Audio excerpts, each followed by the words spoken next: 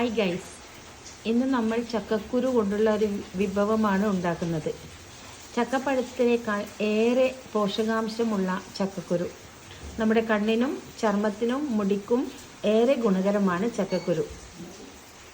ചക്കക്കുരു കട്ട് ചെയ്തു അത് നന്നായിട്ട് കഴുകി ഒരു പാത്രത്തിലേക്ക് മാറ്റി വെക്കണം. നമ്മൾ കുക്കറിലാണ് ചക്കക്കുരു ഫ്രൈ ഉണ്ടാക്കാൻ പോകുന്നത്. അതിലേക്ക് ഒരു 2 ടേബിൾ സ്പൂൺ വെളിച്ചെണ്ണ ഒഴിച്ചു. ചൂടായി അതിലേക്ക് കടുക് ഇടുകയാണ്.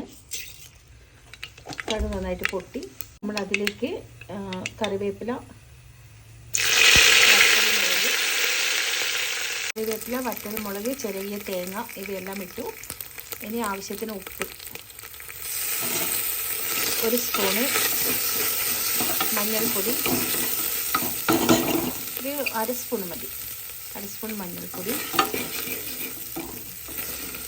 1 സ്പൂണ് മുളക് പൊടി,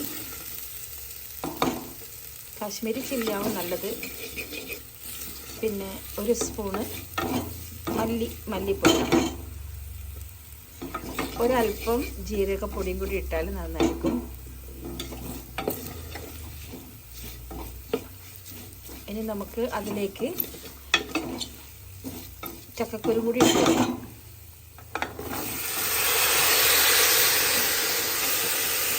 നന്നായി ഇളക്കി ചേരുവകളെല്ലാം അതിന് പിടിച്ചതിന് ശേഷം അത് വേവാൻ ആവശ്യമുള്ള വെള്ളം മാത്രം ഒഴിച്ചു കൊടുക്കാം. കുക്കറിൻ്റെ അടപ്പ് അടച്ചു വെച്ചു. 2 വിസിൽ വരുന്നത് വരെ വേവിക്കണം. അപ്പം കുരുമുളക് പൊടിയും കൂടി നമുക്ക് ചേർക്കാം. അങ്ങനെ നമ്മുടെ ചക്കക്കുരു മെഴുക്ക് പുരട്ടി അല്ലെങ്കിൽ ചക്കക്കുരു വറവ് കണ്ണൂരുകാർ പറയുന്ന പോലെ റെഡി ആയിട്ടുണ്ട്. എല്ലാവർക്കും ചോറിൻ്റെ കൂടെ കഴിക്കാവുന്നതാണ്. എല്ലാവരും ട്രൈ ചെയ്യുക.